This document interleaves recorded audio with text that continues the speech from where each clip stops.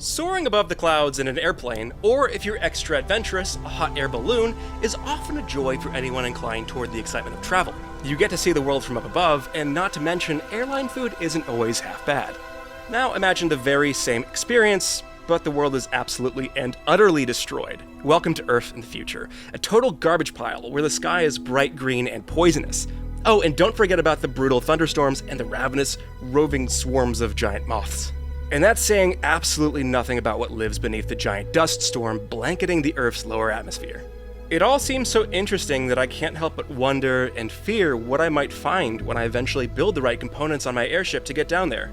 That's the feeling drummed up by Forever Skies, an airborne survival and eventually horror survival / airship building sim that I got the pleasure of experiencing in the form of a closed test. If you're interested in tons of combat and moment-to-moment action, you might want to look somewhere else. At least in its opening moments, Forever Skies is a slow-burn survival game that does its absolute darndest to make you feel insect-sized in its ravaged world.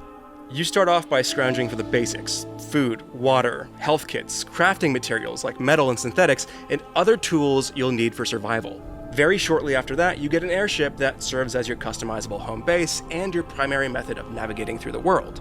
You'll need to build and place the engines, then keep them fueled yourself. It's all very, very meticulous and not to mention very slow. That could be a good thing or a bad thing, but I was looking for a way to kick back and relax, and Forever Skies is surprisingly very well paced for doing just that. You can set your airship to simply glide towards a distant point of interest marked by blinking lights at a set speed, and then you can just chill out or do some crafting. Especially when paired with its almost lethargic, synth-heavy soundtrack, this can often feel perfectly atmospheric.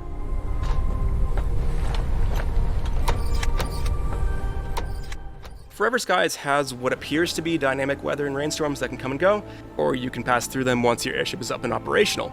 But since this is a survival game at heart, you'll need to manage your resource pools, including stamina, health, hunger, and thirst. However, these pools go down very slowly, all things considered, and the items necessary to keep them filled are all too commonplace. This means you won't be overwhelmed by the survival aspect if all you want to do is farm resources to build up the biggest airship. It all blends together to create an experience that's at least thematically paced like Fallout 4, minus the emphasis on shooting and looting, at least in the first level. That said, you'll unlock a scanner pretty early on that allows you to remotely scan different items in the world.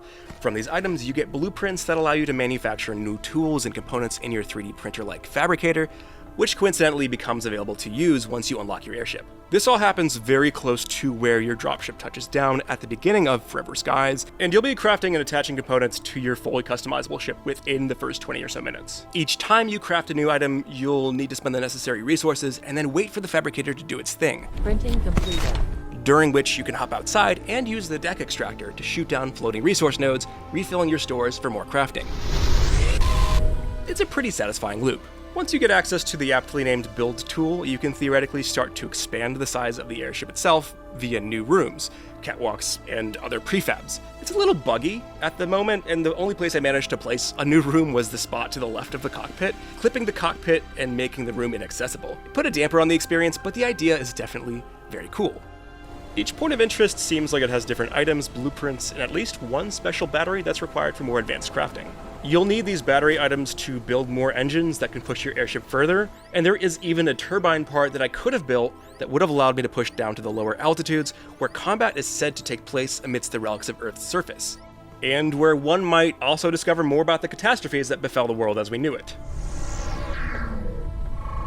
I didn't exactly get that far in the limited amount of time provided to me in the demo, but I am excited to see where this post-apocalyptic airshow ends up.